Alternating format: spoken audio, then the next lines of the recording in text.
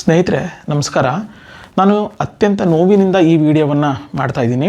ಆ ವಿಡಿಯೋ ಮಾಡೋಕ್ಕೂ ಮೊದಲು ನಾನು ಯಾವ ವಿಚಾರದ ಬಗ್ಗೆ ವಿಡಿಯೋವನ್ನು ಮಾಡ್ತಾಯಿದ್ದೀನಿ, ಯಾಕೆ ನಾವು ಈಗಲೂ ಕೂಡ ಧ್ವನಿ ಎತ್ತಲಿಲ್ಲ ಸುಮ್ಮನಿದ್ರೆ ಮುಂದೆ ಇದು ಯಾವ ಹಂತಕ್ಕೆ ಹೋಗುತ್ತೆ ಅನ್ನುವಂಥ ಒಂದು ಆತಂಕ ಮೂಡ್ತಾ ಇದೆ. ಹಾಗಾಗಿಯೇ ನಾನು ಈ ವಿಡಿಯೋವನ್ನು ಮಾಡ್ತಾಯಿದ್ದೀನಿ. ಈ ವಿಡಿಯೋವನ್ನು ಮಾಡೋಕ್ಕೂ ಮೊದಲು ಒಬ್ಬ ಉಪನ್ಯಾಸಕ ತಾನು ಕೆಲಸದಿಂದ ತೆಗೆದಿದ್ದಕ್ಕೆ ನೋವಿನ ಮಾತುಗಳನ್ನು ಆಡಿದ್ದಾರೆ. ಅವ್ರು ಏನು ಹೇಳಿದ್ದಾರೆ, ಆಡಳಿತ ಮಂಡಳಿ ಕೆಲಸದಿಂದ ತೆಗೆದ್ರು ಅನ್ನುವಂಥದ್ದನ್ನು ಸ್ವತಃ ಅವರೇ ಹೇಳಿದ್ದಾರೆ. ಅವ್ರು ಏನು ಹೇಳ್ತಾರೆ ಅಂತ ಕೇಳೋಣ. ಕಾಣ್ತಾ ಇರುವ ಕಾಲೇಜು RV ಲರ್ನಿಂಗ್ ಹಬ್ ಅಂತ. ನಾನಿಲ್ಲಿ ಲೆಕ್ಚರರ್ ಆಗಿ ಕೆಲಸ ಮಾಡ್ತಿದ್ದೆ. ಕಾರಣ ಏನು, ಇದು ವಿಡಿಯೋ ಮಾಡೋಕ್ಕೆ ಮುಖ್ಯ ಕಾರಣ ಏನಂತ ಹೇಳಿದ್ರೆ, ಈ ಕಾಲೇಜಿನಲ್ಲಿ ನಾನು ಬಂದು ಪಾಠ ಮಾಡ್ತಾ ಇರುವಾಗ, ಮೊನ್ನೆ ಗುರುವಾರ ದಿನ ಪಾಠ ಮಾಡುವಾಗ ಒಂದು ಮಗು ನನ್ನಲ್ಲಿ ಕನ್ನಡದಲ್ಲಿ ಪ್ರಶ್ನೆ ಕೇಳಿತು. ನಾನು ಗೊತ್ತಿಲ್ಲದೆ ಕನ್ನಡದಲ್ಲಿ ಆನ್ಸರ್ ಮಾಡ್ತಾ ಇರೋ, ಗೊತ್ತಿಲ್ಲದೆಲ್ಲ ಅಲ್ಲಿ ಬಂದೇ ಬರುತ್ತೆ ಕನ್ನಡ ಗೊತ್ತಿರೋದ್ರಿಂದ.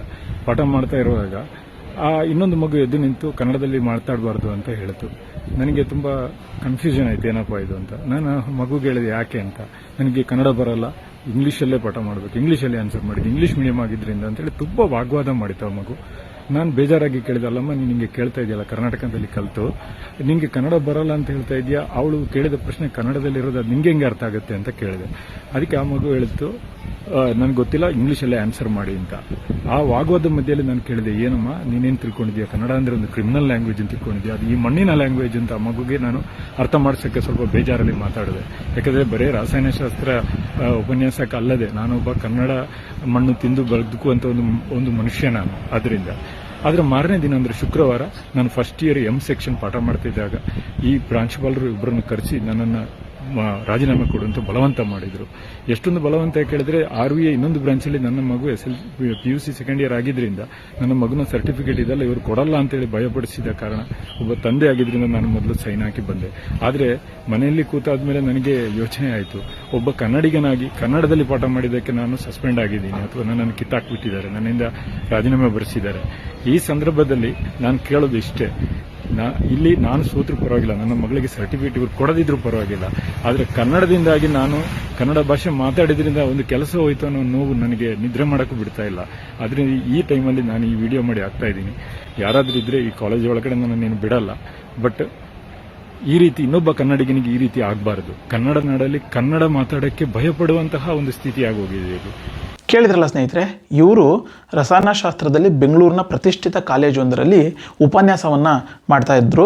ಕಳೆದ 18 ವರ್ಷಗಳಿಂದಲೂ ಅದೇ ಕಾಲೇಜಿನಲ್ಲಿ ವಿದ್ಯಾರ್ಥಿಗಳಿಗೆ ಅರ್ಥ ಆಗುವಂತಹ ಭಾಷೆಯಲ್ಲಿ, ಅಂದರೆ ಅವರು ಕನ್ನಡದಲ್ಲಿ ಕೇಳಿದರೆ ಕನ್ನಡದಲ್ಲಿ, ಇಂಗ್ಲೀಷ್ನಲ್ಲಿ ಪ್ರಶ್ನೆಯನ್ನು ಕೇಳಿದರೆ ಇಂಗ್ಲೀಷ್ನಲ್ಲಿ ಅರ್ಥ ಆಗುವಂತಹ ರೀತಿಯಲ್ಲಿ ಅವರು ಪಾಠವನ್ನು ಮಾಡ್ತಾ ಬರ್ತಾಯಿದ್ರು. ಹೀಗಾಗಿ ಅವರು ಇಡೀ ಆ ಕಾಲೇಜಿನ ವಿಚಾರಕ್ಕೆ ಬರೋದಾದರೆ ಅವರು ವಿದ್ಯಾರ್ಥಿಗಳಿಗೆ ಅತ್ಯಂತ ಅಚ್ಚುಮೆಚ್ಚಿನ ಶಿಕ್ಷಕ ಅನ್ನುವಂಥ ಒಂದು ಖ್ಯಾತಿಗೂ ಕೂಡ ಪಾತ್ರ ಆಗಿದ್ದರು. ಆದರೆ ಕಳೆದ 4-5 ದಿನಗಳ ಹಿಂದೆ ನಡೆದಂತಹ ಒಂದು ಘಟನೆ ನಿಜವಾಗ್ಲೂ ಅವರಿಗೆ ಮಾತ್ರ ಅಲ್ಲ, ಕನ್ನಡಿಗರಾದಂತಹ ನಮಗೂ ಕೂಡ ಬೇಸರ ತರಿಸಿದೆ ಅಂತ ಹೇಳಿದರೆ ತಪ್ಪಾಗೋದಿಲ್ಲ. ಸ್ವತಃ ಅವರು ತಮಗಾದಂತಹ ಅನ್ಯಾಯ, ತಮಗಾದಂತಹ ನೋವು, ಜೊತೆಗೆ ಪ್ರತಿಷ್ಠಿತ ಕಾಲೇಜುಗಳಲ್ಲಿ ಕನ್ನಡದ ಮೇಲೆ ಆಗ್ತಾ ಇರುವಂತಹ ದೌರ್ಜನ್ಯ, ದಬ್ಬಾಳಿಕೆ ಯಾವ ರೀತಿಯಾಗಿದೆ ಅನ್ನುವಂಥದ್ದನ್ನು ಎಳೆಯಾಗಿ ಬಿಚ್ಚಿಡುವಂಥ ಕೆಲಸವನ್ನು ಮಾಡಿದ್ದಾರೆ. ಅವರೇ ಸ್ವತಃ ವಿಡಿಯೋದಲ್ಲಿ ಹೇಳ್ಕೊಂಡಿರುವಂತೆ, ನಾನು ಬೆಂಗಳೂರಿನ RV ಲರ್ನಿಂಗ್ ಕಾಲೇಜಿನಲ್ಲಿ, ಅಂದರೆ RV ಲರ್ನಿಂಗ್ ಹಬ್ ಕಾಲೇಜಿನಲ್ಲಿ ರಸಾಯನಶಾಸ್ತ್ರ ವಿಭಾಗದಲ್ಲಿ ನಾನು ಪಾಠವನ್ನು ಮಾಡ್ತಾ ಇದ್ದೀನಿ ಅನ್ನುವಂತಹ ಒಂದು ಮಾತನ್ನು ಆ ವಿಡಿಯೋ ಆರಂಭದಲ್ಲಿ ಅವರು ಹೇಳ್ತಾರೆ. ಜೊತೆಗೆ ಅವರು ಆ ಮಾತನಾಡುವಂಥ ಸಂದರ್ಭದಲ್ಲಿ ನನಗೆ ಯಾಕೆ ಆಡಳಿತ ಮಂಡಳಿ ಅನ್ಯಾಯ ಮಾಡ್ತು, ಕನ್ನಡವನ್ನು ನಾನು ಮಾತನಾಡಿದ್ದೇ ತಪ್ಪಾಯ್ತಾ ಅನ್ನುವಂಥ ಒಂದು ಪ್ರಶ್ನೆಯನ್ನು ಇದೀಗ ಕನ್ನಡಿಗರಲ್ಲಿ ಇಡುವಂಥ ಕೆಲಸವನ್ನು ಆ ಉಪನ್ಯಾಸಕ ಮಾಡಿದ್ದಾರೆ. ಅವರು ಹೇಳಿರುವಂತಹ ಪ್ರಕಾರ ಕಳೆದ 4-5 ದಿನಗಳ ಹಿಂದೆ ಆ ಒಬ್ಬ ವಿದ್ಯಾರ್ಥಿನಿ ಈ ಶಿಕ್ಷಕನ ಬಳಿ, ಅಂದರೆ ಈ ಉಪನ್ಯಾಸಕನ ಬಳಿ ಒಂದು ಪ್ರಶ್ನೆಯನ್ನು ಕೇಳುತ್ತೆ. ಕನ್ನಡದಲ್ಲಿ ಆ ವಿದ್ಯಾರ್ಥಿನಿ ಪ್ರಶ್ನೆಯನ್ನು ಕೇಳಿದಂಥ ಸಂದರ್ಭದಲ್ಲಿ ಉಪನ್ಯಾಸಕ ಆ ವಿದ್ಯಾರ್ಥಿನಿಗೆ ಅರ್ಥ ಆಗುವಂತಹ ರೀತಿಯಲ್ಲಿ ಕನ್ನಡ ಭಾಷೆಯಲ್ಲಿ ಒಂದು ವಿವರಣೆಯನ್ನು ಕೊಡುವಂಥ ಕೆಲಸವನ್ನು ಆ ಉಪನ್ಯಾಸಕ ಮಾಡ್ತಾರೆ. ಆದರೆ ಕನ್ನಡದಲ್ಲಿ ಕೇಳಿದಂತಹ ಪ್ರಶ್ನೆ ವಿದ್ಯಾರ್ಥಿಗೆ ಕನ್ನಡದಲ್ಲೇ ಉತ್ತರವನ್ನು ಕೊಡುವಂತಹ ಕೆಲಸವನ್ನು ಆ ಉಪನ್ಯಾಸಕ ಮಾಡ್ತಾ ಇರುವಂಥ ಸಂದರ್ಭದಲ್ಲಿ ಆ ವಿದ್ಯಾರ್ಥಿನಿಯ ಪಕ್ಕದಲ್ಲಿ ಕೂತಿದ್ದಂತಹ ಮತ್ತೊಬ್ಬ ವಿದ್ಯಾರ್ಥಿ, ಸರ್ ನೀವು ಕನ್ನಡದಲ್ಲಿ ಈ ರೀತಿಯಾಗಿ ಉತ್ತರವನ್ನು ಕೊಟ್ಟರೆ ನಮಗೆ ಅರ್ಥ ಆಗೋದಿಲ್ಲ, ನೀವು ಇಂಗ್ಲೀಷ್ನಲ್ಲೇ ಮಾತನಾಡಬೇಕು, ಇಂಗ್ಲೀಷ್ನಲ್ಲೇ ನೀವು ಉತ್ತರವನ್ನು ಕೊಡಬೇಕು, ನೀವು ನನಗೆ ಅರ್ಥ ಆಗದಿರುವಂತಹ ಕನ್ನಡ ಭಾಷೆಯಲ್ಲಿ ನೀವು ಈ ರೀತಿಯಾಗಿ ಉತ್ತರವನ್ನು ಹೇಳಿದರೆ ಹೇಗೆ ಅನ್ನುವಂಥ ಒಂದು ಪ್ರಶ್ನೆಯನ್ನು ಆ ವಿದ್ಯಾರ್ಥಿನಿ ಉಪನ್ಯಾಸಕನ ಬಳಿ ಕೇಳ್ತಾರೆ. ಆಗ ಉಪನ್ಯಾಸಕ ಹೇಳ್ತಾರೆ, ಇಲ್ಲಮ್ಮ ನಿನಗೆ ಅರ್ಥ ಆಗುವಂತಹ ಭಾಷೆಯಲ್ಲಿ ನೀನು ಇಂಗ್ಲೀಷಲ್ಲಿ ಕೇಳಿದ್ರೆ ನಾನು ಇಂಗ್ಲೀಷಲ್ಲಿ ಹೇಳ್ತೀನಿ. ಆ ವಿದ್ಯಾರ್ಥಿನಿ ಅಂದರೆ ಆ ಸ್ಟೂಡೆಂಟು ಕನ್ನಡದಲ್ಲಿ ಪ್ರಶ್ನೆ ಕೇಳಿರೋದ್ರಿಂದ ನಾನು ಕನ್ನಡದಲ್ಲಿ ಅದು ಸರಳವಾಗಿ ಅರ್ಥ ಆಗುವಂಥ ರೀತಿಯಲ್ಲಿ ನಾನು ಹೇಳ್ತಾ ಇದ್ದೀನಿ. ನಿನಗೆ ಏನಾದರೂ ಪ್ರಶ್ನೆಗಳು ಅಥವಾ ಡೌಟ್ ಇದ್ದರೆ ನೀನು ಕೇಳು, ನಿನಗೆ ಯಾವ ಲ್ಯಾಂಗ್ವೇಜ್ ಇಷ್ಟ ಅಂದರೆ ಯಾವ ಲ್ಯಾಂಗ್ವೇಜ್ ಫ್ಲೂಯೆಂಟ್ ಇದೆಯೋ ಆ ಲ್ಯಾಂಗ್ವೇಜಲ್ಲಿ ಕೇಳು, ನಾನು ಅದೇ ಲ್ಯಾಂಗ್ವೇಜಲ್ಲಿ ಉತ್ತರವನ್ನು ಕೊಡ್ತೀನಿ ಅಂತ ಹೇಳಿ ಆ ಉಪನ್ಯಾಸಕ ಆ ವಿದ್ಯಾರ್ಥಿನಿಗೆ ಸಮಜಾಯಿಷಿಯನ್ನು ಕೊಡುವಂಥ ಕೆಲಸವನ್ನು ಮಾಡ್ತಾರೆ. ಆದರೆ ಈ ಸಂದರ್ಭದಲ್ಲಿ ಉಪನ್ಯಾಸಕ ಜೊತೆಗೆ ವಿದ್ಯಾರ್ಥಿಯ ನಡುವೆ ಮಾತಿನ ವಾಗ್ವಾದ ನಡೆಯುತ್ತೆ. ಈ ವಾಗ್ವಾದ ಕ್ಲಾಸ್ ರೂಮ್ನ ಒಳಗಡೆ ಇದ್ದರೆ ಸಾಕಾಗ್ತಿತ್ತು, ಆದರೆ ಆ ವಿದ್ಯಾರ್ಥಿನಿ ಹಾಗೆ ಮಾಡಲಿಲ್ಲ. ಈ ರೀತಿಯಾಗಿ ನಮ್ಮ ಕಾಲೇಜಿನಲ್ಲಿ ಅಥವಾ ನಮ್ಮ ಕೊಠಡಿಯಲ್ಲಿ ಉಪನ್ಯಾಸಕ ಕನ್ನಡದಲ್ಲಿ ಉತ್ತರವನ್ನು ಕೊಡ್ತಾ ಇದ್ದಾರೆ ಅಂತ ಹೇಳಿಬಿಟ್ಟು ಶಾಲಾ ಪ್ರಾಂಶುಪಾಲರಿಗೆ ಅಂದರೆ ಕಾಲೇಜಿನ ಪ್ರಾಂಶುಪಾಲರಿಗೆ ದೂರನ್ನು ಕೊಡುವಂಥ ಕೆಲಸವನ್ನು ಆ ವಿದ್ಯಾರ್ಥಿನಿ ಮಾಡ್ತಾರೆ. ನಿಜವಾಗ್ಲೂ ಕರ್ನಾಟಕದಲ್ಲಿ ಕನ್ನಡ ಎಲ್ಲಿ ಹೋಗ್ತಾ ಇದೆ ಅಂತ.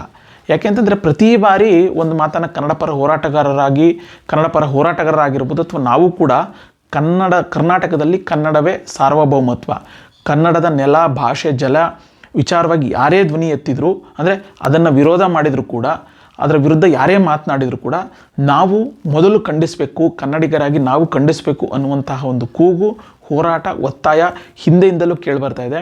ಹೀಗಾಗಿ ನೆಲ ಜಲ ಭಾಷೆ ವಿಚಾರದಲ್ಲಿ ಸಾಕಷ್ಟು ಹೋರಾಟಗಳು ಕೂಡ ನಡೀತಿದ್ದಾವೆ.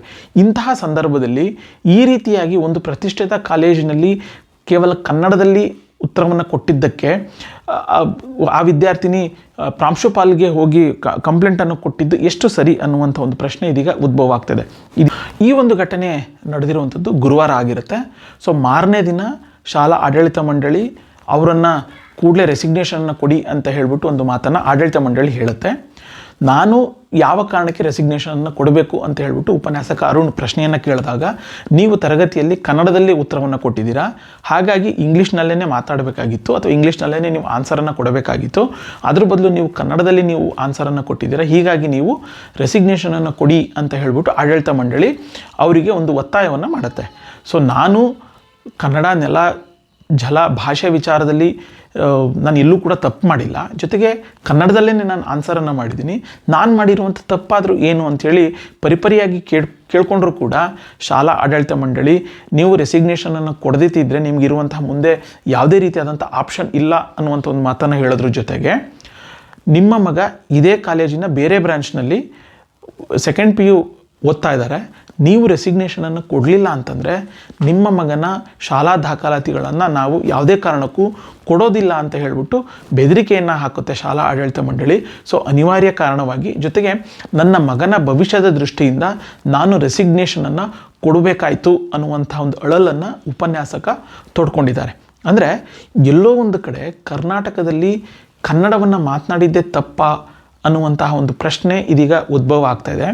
ಪ್ರತಿ ಬಾರಿನೂ ಕೂಡ ಅಂದರೆ ಕರ್ನಾಟಕದ ಮೇಲೆ ಕನ್ನಡ ನೆಲ ಜಲ ಭಾಷೆ ವಿಚಾರದಲ್ಲಿ ಬೇರೆ ಬೇರೆ ಅಂದರೆ ಅನ್ಯ ರಾಜ್ಯದರು ಅನ್ಯ ಭಾಷಿಕರು ಪದೇ ಪದೇ ದೌರ್ಜನ್ಯವನ್ನು ಮಾಡ್ತಾ ಇರುವಂಥದ್ದು, ದಬ್ಬಾಳಿಕೆಯನ್ನು ಮಾಡ್ತಾ ಇರುವಂಥದ್ದು ಎಷ್ಟು ಸರಿ ಅನ್ನುವಂತಹ ಒಂದು ಪ್ರಶ್ನೆ ಇದೀಗ ಉದ್ಭವ ಆಗ್ತಾಯಿದೆ. ಯಾವಾಗ ಆ ಉಪನ್ಯಾಸಕ ತನಗಾಗಿರುವಂತಹ ಅನ್ಯಾಯವನ್ನು ಸಾಮಾಜಿಕ ಜಾಲತಾಣದಲ್ಲಿ ಅಥವಾ ಸೋಷಿಯಲ್ ಮೀಡಿಯಾದಲ್ಲಿ ಎಕ್ಸ್ಪ್ರೆಸ್ ಮಾಡುವಂಥ ಕೆಲಸವನ್ನು ಮಾಡಿದ್ರು, ನಿಜವಾಗ್ಲೂ ಇದಕ್ಕೆ ಕನ್ನಡ ಪರ ಹೋರಾಟಗಾರರು ಧ್ವನಿ ಎತ್ತುವಂಥ ಕೆಲಸವನ್ನು ಮಾಡ್ತಿದ್ದಾರೆ. ಜೊತೆಗೆ ಶಾಲಾ ಆಡಳಿತ ಮಂಡಳಿಯ ವಿರುದ್ಧ ಅಸಮಾಧಾನವನ್ನು ಕೂಡ ವ್ಯಕ್ತಪಡಿಸಿದ್ದಾರೆ. ಯಾಕೆಂತಂದರೆ ಕನ್ನಡದಲ್ಲಿ ಯಾವುದೇ ರೀತಿಯಾದಂಥ ತಪ್ಪು ಮಾಡದೆ ಕನ್ನಡದಲ್ಲಿ ಕೇಳಿರುವಂಥ ಪ್ರಶ್ನೆಗೆ ಕನ್ನಡದಲ್ಲೇ ಉತ್ತರವನ್ನು ಕೊಟ್ಟಿದ್ದಾರೆ. ಹಾಗಿದ್ರೆ ಉಪನ್ಯಾಸಕ ಮಾಡಿರುವಂತಹ ತಪ್ಪಾದರೂ ಏನು ಅನ್ನುವಂತಹ ಒಂದು ಪ್ರಶ್ನೆ ಇದೀಗ ಸೋಷಿಯಲ್ ಮೀಡಿಯಾದಲ್ಲಿ ಆ ಉಪನ್ಯಾಸಕ ಅರುಣ್ ಅವರ ಪರವಾಗಿ ಅಭಿಪ್ರಾಯಗಳನ್ನು ವ್ಯಕ್ತಪಡಿಸಿದ್ದಾರೆ. ಅಷ್ಟೇ ಅಲ್ಲದೆ ಉಪನ್ಯಾಸಕ ಅರುಣ್ ಯಾವಾಗ ಸೋಷಿಯಲ್ ಮೀಡಿಯಾದಲ್ಲಿ ಈ ಒಂದು ವಿಡಿಯೋವನ್ನು ತನಗಾದಂಥ ನೋವನ್ನು ವ್ಯಕ್ತಪಡಿಸಿದ್ರು, ಆ ಒಂದು ವಿಡಿಯೋವನ್ನು ಕಾಲೇಜಿನ ಮುಂಭಾಗನೇ ನಿಂತು ಒಂದು ವಿಡಿಯೋವನ್ನು ಮಾಡಿ ಅದನ್ನು ಸೋಷಿಯಲ್ ಮೀಡಿಯಾದಲ್ಲಿ ಹಾಕಿದ್ರು. ಕನ್ನಡ ಪರ ಹೋರಾಟಗಾರರು ಅಥವಾ ಕನ್ನಡ ಅಭಿಮಾನಿಗಳಲ್ಲಿ ಒಂದು ರೀತಿ ಘಾಸಿ ಉಂಟು ಮಾಡಿರುವಂಥದ್ದು. ಜೊತೆಗೆ ಕರ್ನಾಟಕದಲ್ಲಿ ಕನ್ನಡ ಮಾತನಾಡಿದ್ದೇ ತಪ್ಪ ಅನ್ನುವಂಥ ಒಂದು ಪ್ರಶ್ನೆಯನ್ನು ಮಾಡ್ತಿದ್ದಾರೆ. ಇದು ಕನ್ನಡ ಭಾಷೆಗೆ ಆದಂತಹ ಅವಮಾನ ಅನ್ನುವಂತಹ ಒಂದು ಅಭಿಪ್ರಾಯವನ್ನು ವ್ಯಕ್ತಪಡಿಸಿದ್ದಾರೆ. ಜೊತೆಗೆ ಕನ್ನಡಕ್ಕೆ ಅವಮಾನ ಮಾಡಿರುವಂತಹ ಇಂತಹ ಶಿಕ್ಷಣ ಸಂಸ್ಥೆಗಳ ವಿರುದ್ಧ ಕಠಿಣವಾದಂಥ ಕ್ರಮವನ್ನು ಸರ್ಕಾರ ಕೂಡಲೇ ಕೈಗೊಳ್ಳಬೇಕು ಅನ್ನುವಂತಹ ಒಂದು ಒತ್ತಾಯನ ಕೂಡ ಸಾಮಾಜಿಕ ಜಾಲತಾಣದಲ್ಲಿ ಕನ್ನಡ ಅಭಿಮಾನಿಗಳು ಮಾಡ್ತಿದ್ದಾರೆ. ಸೊ ನೋಡೋಣ ಇದೀಗ ರಾಜ್ಯ ಸರ್ಕಾರ ಆಗಿರ್ಬೋದು ಅಥವಾ ಶಿಕ್ಷಣ ಇಲಾಖೆ ಯಾವ ರೀತಿಯಾದಂತಹ ಒಂದು ಶಾಲಾ ಆಡಳಿತ ಮಂಡಳಿಯ ವಿರುದ್ಧ ಕ್ರಮಗಳನ್ನು ಕೈಗೊಳ್ಳುತ್ತೆ. ಜೊತೆಗೆ ಕನ್ನಡವನ್ನು ಮಾತನಾಡಿದ್ದೇ ತಪ್ಪು ಅನ್ನುವಂಥ ನಿಟ್ಟಿನಲ್ಲಿ ಉಪನ್ಯಾಸಕ ಅರುಣ್ ಅವರ ವಿರುದ್ಧ ಕ್ರಮವನ್ನು ಕೈಗೊಂಡಿರುವಂತಹ ಶಿಕ್ಷಣ ಸಂಸ್ಥೆಯ ವಿರುದ್ಧ ಕ್ರಮ ಆಗಬೇಕಾಗತ್ತೆ. ಅನ್ಯಾಯ ಆಗಿರುವಂತಹ ಅಂದರೆ ಉಪನ್ಯಾಸಕ ಅರುಣ್ ಏನಿದ್ದಾರೆ ಅವರಿಗೆ ನ್ಯಾಯ ಕೊಡಿಸುವಂತಹ ಕೆಲಸವನ್ನು ಸರ್ಕಾರ ಮಾಡಬೇಕಾಗತ್ತೆ. ಜೊತೆಗೆ ಕನ್ನಡ ಪರ ಹೋರಾಟಗಾರರು ಅರುಣ್ಗೆ ನ್ಯಾಯವನ್ನು ಒದಗಿಸಿಕೊಡುವಂಥ ನಿಟ್ಟಿನಲ್ಲಿ ಯಾವ ರೀತಿಯಾದಂತಹ ಒಂದು ನಡೆಯನ್ನು ಇಡ್ತಾರೆ ಅನ್ನುವಂಥದ್ದನ್ನು ಕಾದು ನೋಡೋಣ. ಸೊ ನಾನು ಒಬ್ಬ ಕನ್ನಡ ಅಭಿಮಾನಿಯಾಗಿ ಈ ರೀತಿಯಾಗಿ ಒಂದು ತರಗತಿಯಲ್ಲಿ ಕನ್ನಡ ಮಾತನಾಡಿದೆ ತಪ್ಪು ಅಂತ ಹೇಳಿಬಿಟ್ಟು ಅವರ ವಿರುದ್ಧ ರಾಜೀನಾಮೆಯನ್ನು ತೆಗೆದುಕೊಂಡಿರುವಂಥ ಶಾಲಾ ಆಡಳಿತ ಮಂಡಳಿಯ ವಿರುದ್ಧ ನನ್ನದು ಕೂಡ ಒಂದು ಧಿಕ್ಕಾರ ಹೇಳುವಂಥ ಕೆಲಸವನ್ನು ಮಾಡ್ತಿದ್ದೀನಿ. ಸೊ ನಿಮಗೆ ಈ ವಿಡಿಯೋ ಇಷ್ಟ ಆಗಿದೆ ಅಂತ ಹೇಳಿ ನಾನು ಭಾವಿಸ್ತೀನಿ. ಸೊ ಕನ್ನಡ ಮಾತನಾಡಿದಂತಹ ಉಪನ್ಯಾಸಕನ ವಿರುದ್ಧ ಕ್ರಮವನ್ನು ಕೈಗೊಂಡಂತಹ ಶಾಲಾ ಆಡಳಿತ ಮಂಡಳಿಯ ವಿರುದ್ಧ ಯಾವ ರೀತಿಯಾದಂತಹ ಕ್ರಮ ಆಗಬೇಕು ಅನ್ನುವಂತಹ ಅನಿಸಿಕೆ ಅಭಿಪ್ರಾಯವನ್ನು ಕಮೆಂಟ್ ಬಾಕ್ಸ್ನಲ್ಲಿ ಕಮೆಂಟ್ ಮಾಡಿ. ಧನ್ಯವಾದ.